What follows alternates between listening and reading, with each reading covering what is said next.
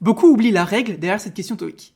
E, blah blah blah, any positive feedback on the current project since the last review meeting. Does not receive, did not receive, has not received ou will not receive. Alors là, dans la phrase, il faut tout de suite identifier le since the last review meeting. Quand on a un since, en général, dans la majorité des cas, on a une forme perfect. Le perfect, qu'est-ce que c'est? C'est en gros quelque chose qui a commencé dans le passé et qui a un impact dans le présent. Donc de là, on a plusieurs variantes. On a le past perfect, le present perfect et le future perfect. Alors ici, en l'occurrence, on n'a que du present perfect qui est le has not received. Donc en gros, ici dans la phrase, le he has not received since the last review meeting, ça veut dire il n'a pas eu de feedback positif depuis le dernier rendez-vous. Il y a eu le rendez-vous dans le passé et depuis, il n'a pas eu de review positif, d'accord, jusqu'à maintenant. Ben ça, c'est un exemple typique du present perfect. Et ici, le seul present perfect qu'on a, c'est has not received. Does not receive, c'est du présent, d'accord. Le présent, c'est plutôt pour exprimer une vérité générale. Ici, en l'occurrence, c'est pas vraiment le cas parce qu'il y a ce since. Tu vois, ce since, il faut qu'il te mette vraiment la puce à l'oreille. Il faut que tu saches que quand tu as ce since, perfect direct. Did not receive,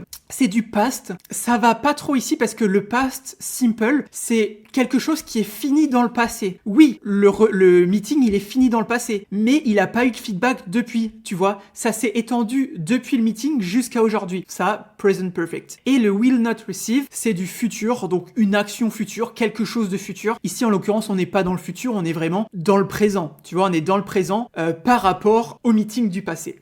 Donc, ce qui colle le mieux, c'est le has not received. Et voyons si c'était bien ça. Et c'était bien ça la bonne réponse. Donc voilà, ça c'est une question sur le perfect. Il faut absolument le maîtriser. Parce que ça, des questions comme ça, il y en a plein dans le TOEIC. Et quand vous le maîtrisez, vous voyez, since perfect, qu'est-ce que c'est? Past, present, future perfect. T'identifies ça. Et puis ensuite, tu sais bien répondre et tu grattes des points facilement. Donc, si jamais tu veux maîtriser ça, tu peux lire le cours qu'on a fait. Donc, on a fait des cours là-dessus sur le perfect. Donc, pour accéder au cours, le plus simple, c'est que tu me mettes en commentaire donne-moi le lien du cours et puis je t'enverrai le lien. Donc voilà, si jamais tu veux t'entraîner sur ces questions-là, n'hésite pas à aller sur la plateforme qu'on a créée, donc Top Students. Et puis du coup, moi je te dis à demain pour une nouvelle vidéo TOEIC. Allez, ciao!